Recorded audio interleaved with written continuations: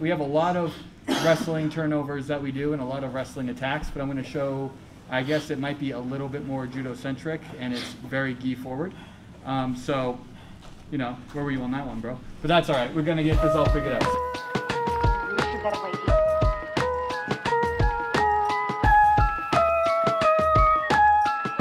2 weeks in a row now. This is like going to be my last time teaching for a while, I think. I figure I'm going to have some fun. I'm going to teach you guys how to actually attack the turtle with the gi in the ways that I like to do it. So we have a lot of wrestling turnovers that we do and a lot of wrestling attacks, but I'm going to show, I guess it might be a little bit more judo-centric, and it's very gi forward. So, you know, where were you on that one, bro? But that's all right. We're going to get this all figured out. So the first thing I want to show or just go over about the turtle is there are really two main places where you are attacking the turtle from the front. So like that, usually from a sprawl, if somebody tries to hit a single leg on you, you'll sprawl out and you have here. And also from the side. So, you know, I always heard spin to win. If you come down here, you spin to the side real quick, and now you have a whole nother plethora of attacks here. So, turn the other way, like that. So we're gonna start here. A good rule of thumb is that you always want to be putting pressure on them. I like to keep this foot up, facing toward him. Otherwise, he's gonna be able to get up and run. So, the idea is to stop him from doing that. The first attack we're going to do is going to require me getting my knee in here, which is a good place to be. Because when someone's in turtle, if you don't have that knee blocking, they could just turn into you and guard. Somewhat like that. But if you had your knee in there, and they were to do the same thing, they're basically just giving you seconds. So that stops them from being able to re-guard. So, the way that I like to get my knee in if they're really turtled hard is I will get my knee up here and then slide it down aggressively. So, I'll work on getting my knee in here, bringing it down to the ground. Just like that. Pressuring into him all the same. Now, this hand, the outer hand, is going to come inside in between his arm and grab my own knee. And what that'll allow me to do is push into him, bring my knee up, and guide it through. Just like that. So that's how we're going to get the knee, or the hand this time around. So, you're bringing the knee in. It is not a gentle position. You're going right down.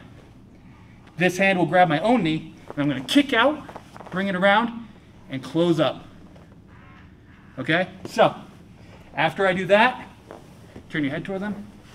I'm going to just grab this arm. So I go under, and I grab this arm.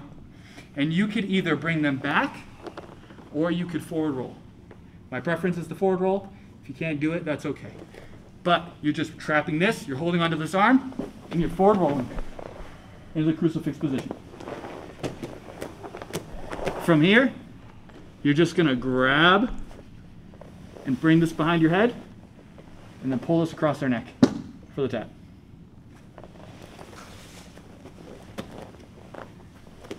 Again. So, this goes in, bam, kicks down, like that. You're gonna grab your own knee. By the way, this hand, I like to grab in here. And I'm grabbing loosely. If you grab too heavy, they can clamp down, they could take you for a ride, okay?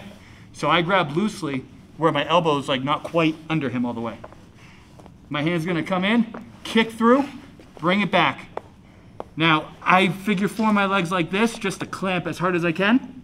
This hand that was grabbing onto here is gonna grab onto his wrist, and then you are literally just rolling over that shoulder.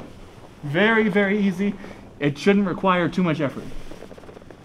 From there, I'm grabbing across his collar, bringing this back behind my head, and pulling. Now, one more thing I want to iterate on this is I am not on my back, because that's weak. I am turned into him, so I'm on my side.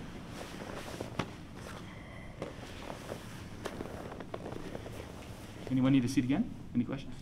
I have a question. Is the crucifix legal for us lower belts or no? Yeah. Okay. It's a crucifix position, very legal. Okay.